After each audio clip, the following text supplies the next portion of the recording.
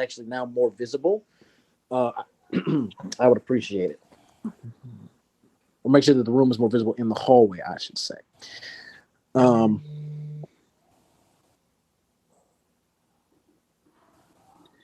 all right. So where were we, Phalonis? Who was it that was on stage that was next? Was it Andrew Mashari?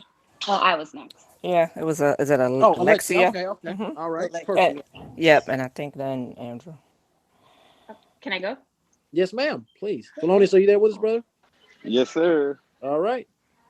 I just want to say it's really an honor to have you here on this platform and have this direct contact to be able to just show you our solidarity and support. I am born and raised from Minneapolis, Minnesota. So this is all impacting us. But my question to you is specifically for the Floyd family. In what ways would the Floyd family want or need for us in Minnesota as a Black community to be visible continuously? How can we help and be on one accord as everything is settling for trial? And even the Minneapolis Council trying to configure a plan for the place and community where this tragedy happened. Like, we're marching and we're screaming for justice to be served. I and the Black community, I can speak for all of us, we are here for you. And we're standing with you to fight for justice for George and injustice in America against Black people. But what actions can we do more here in Minnesota to stand for George and to be in support for the Floyd family? Just to me, and I always tell people, just think about if it was your brother, what would you want? That's what you think about. If it was your sister, what would you want? Right now, you have probably, if you have any kids, the same love that you have for your kids, the same love that you have for George, I want you to have for everybody across the world. I understand that it was a Caucasian man who did it, but right then and there, the way he was, I don't even think he was there at that moment. The way he killed when he killed my brother, because he had a smirk on his face. What I'm telling you, and what I'm gonna tell the world is, that was my big brother. Now I have to be the big brother now, and I'm not looking out only for his children. I'm looking out for America's children, because the generations to come, they will have to go through the same thing that we're going through if we don't push the issues now and solve the problems that need to be solved right now. I thank you so much for marching with us in solidarity.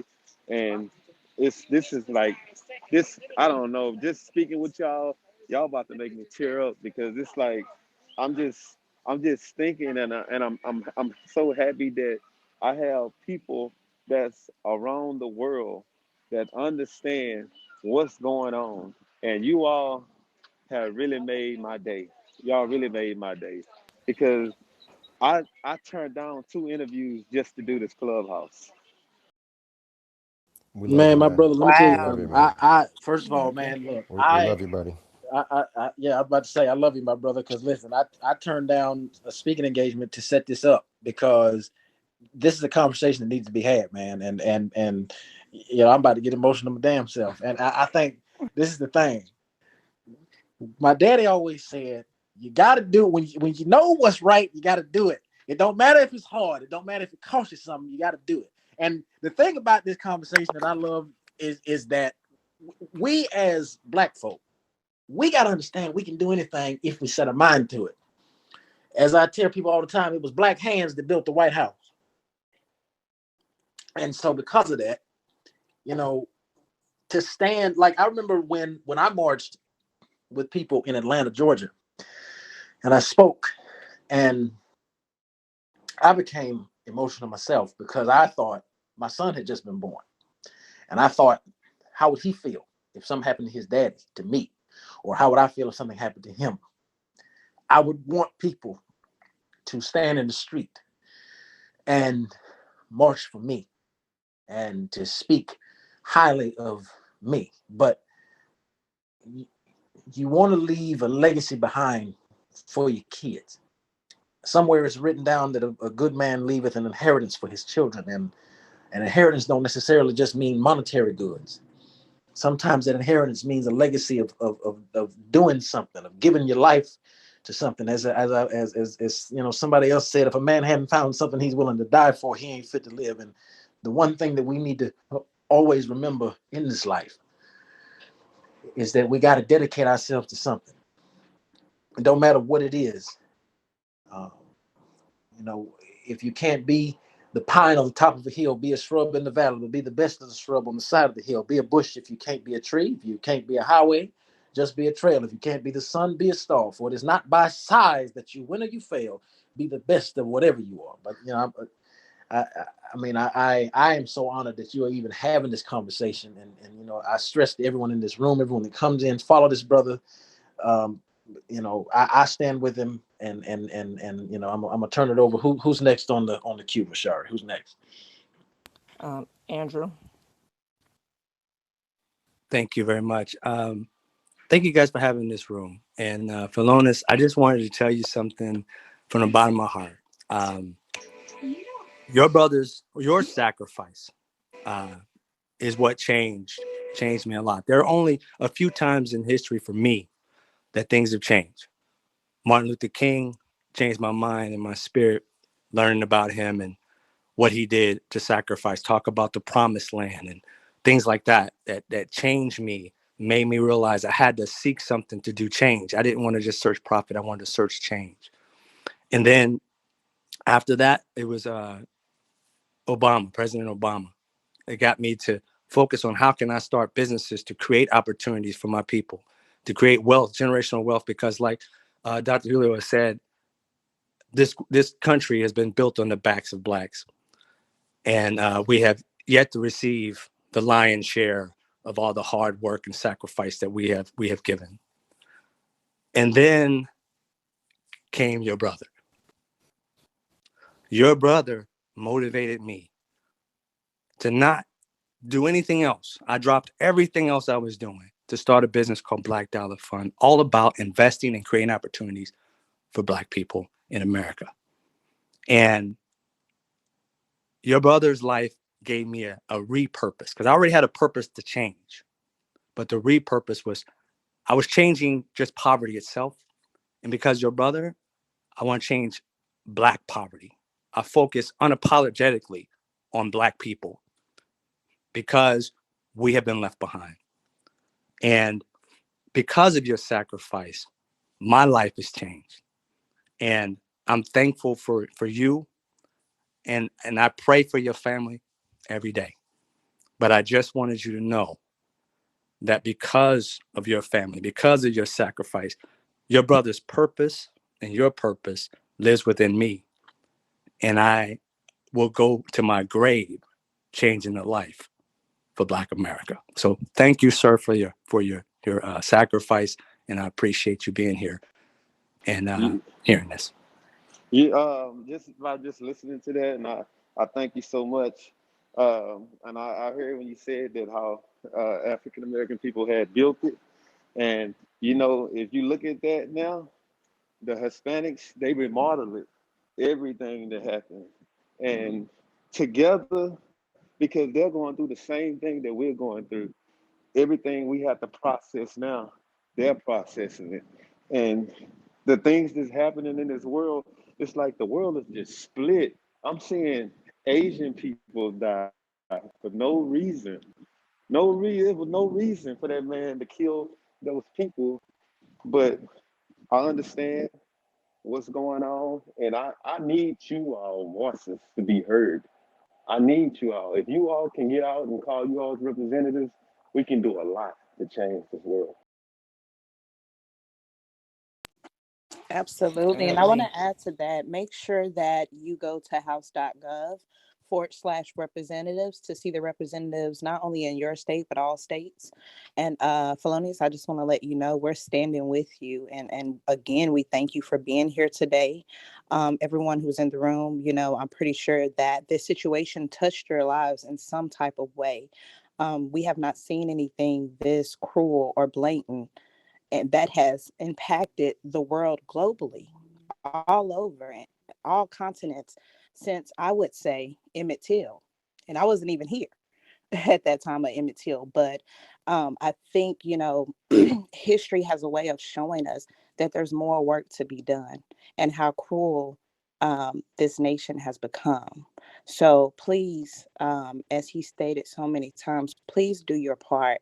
Contact your representatives.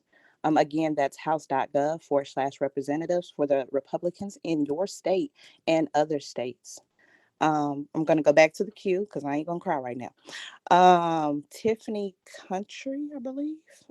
Countryman, if you want to go ahead and speak, you have the floor. Thank you. This is Tiff speaking.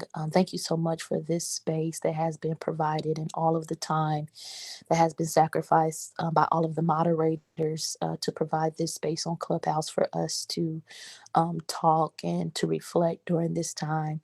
Mr. Floyd, definitely my sincere condolences to you and your family, and to all of those who were close to George and that knew him personally. I definitely extend and offer my sincere condolences to you from me and mine. My question, Mr. Floyd, it may be a little touchy, and I understand if you don't want to answer directly, but I want to stand for the uneducated and unaware Black community who don't really understand the ins and outs of the legal system. And you and your family have been very involved with your legal counsel and the legalities of this entire case. And for the unaware and uneducated Black community, it seems very black and white what happened. We have video footage, everyone's seen it all around the world. People have reacted to it. But if you don't mind, could you help those who don't understand why this wasn't a straight up murder case? Why these police officers were able to exist free for so long, and some still are. Is there any way that you can help explain that? Because that is a point of tension for the Black community because we just don't understand. How is this not what it is? This is Tiff, and I'm done speaking. That particular question. I wish I would have had one of my attorneys with me because that's for my legal team. But whew, that was a I tough one. understand. Hey, Okay, uh, Dr. Julio, I just wanted to hop up and tell you. wait a minute, excuse me. Hold on 1 second, Claude. Yep. We do understand the legalities of the question that was asked, and we understand that you cannot really answer that. We do appreciate the question, Tiffany, and just to anyone else who may come up on stage, do understand there are some questions that he will not be able to answer, and then we are just going to move on. So next in the queue is Patricia.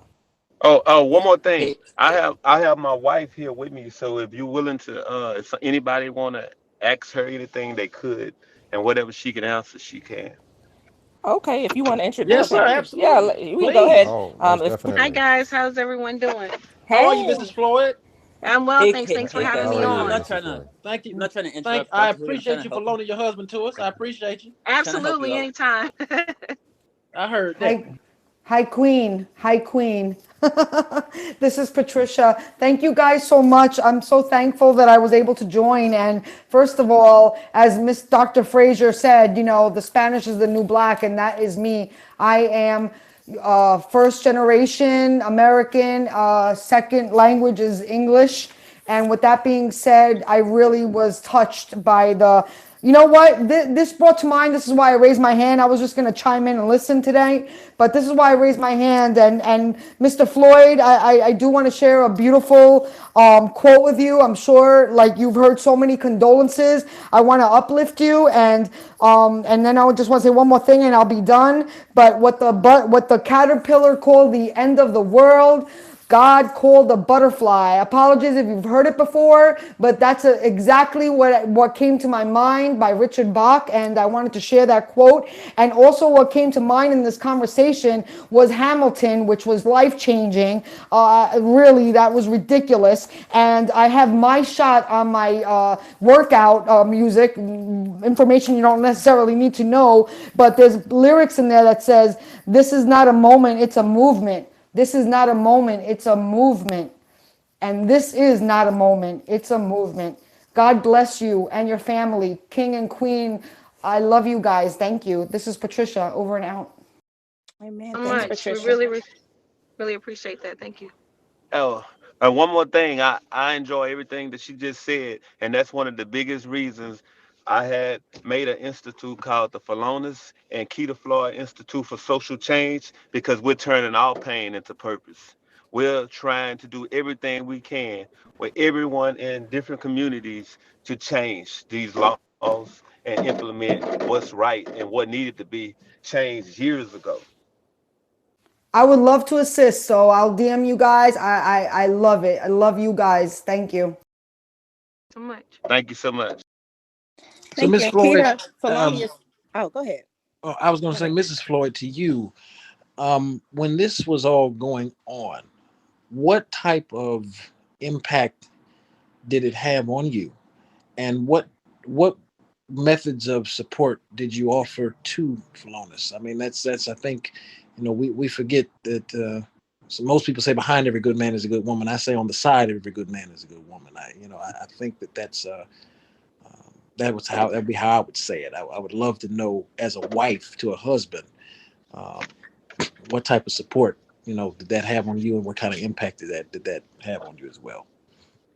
It was very impactful. The support that was given, we're very spiritually inclined people, and so we did have to do a lot of praying, a lot of soul searching, because God appointed this position to us. We didn't apply for it, and so I am so grateful to my husband, and I stand alongside him as you stated, because he embraced this and he's just been doing it so gracefully. He hasn't been my husband for the past year. He's been the world, he's been owned by the world. Whatever people has called for interviews, he's met those needs. And he's just been a voice, for those that cannot be that. And that's George, first and foremost, and Gianna, George's daughter.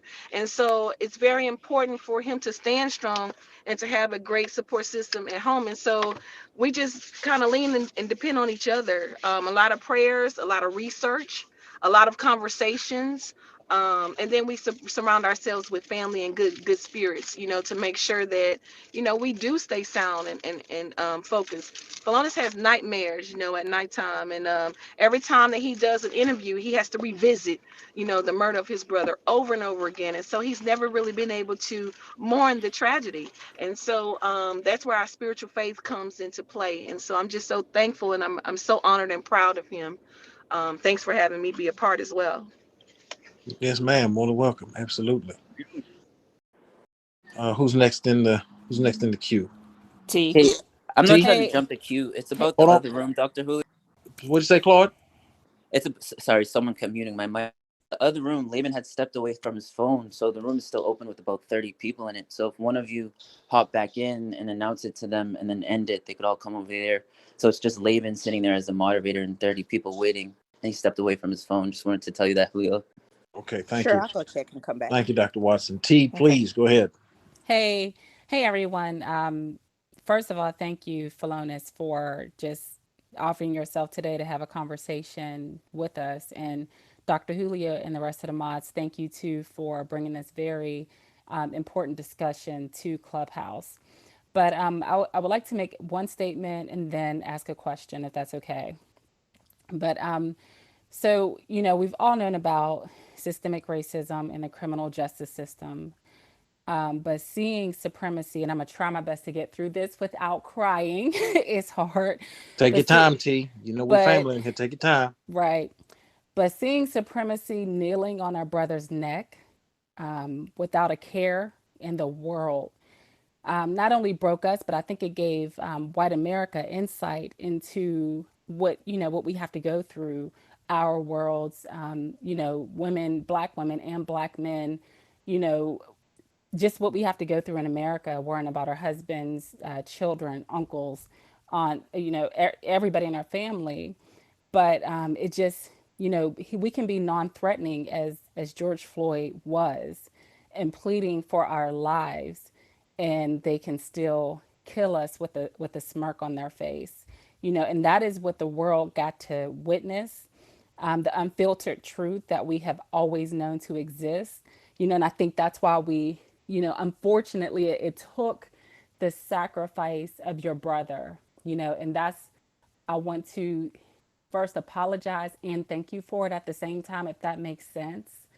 Apologize because he had to be, the human being that was sacrificed, but thank you on behalf of my sons and my husband and my lineage, because it opened up eyes to what's going on.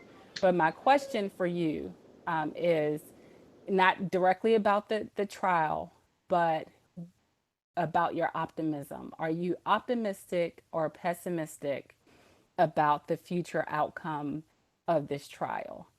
Because we've been here, we've seen this song, and I know we're all afraid. And I just wanted to know how you felt about that. And thank you. And I yield the floor on that.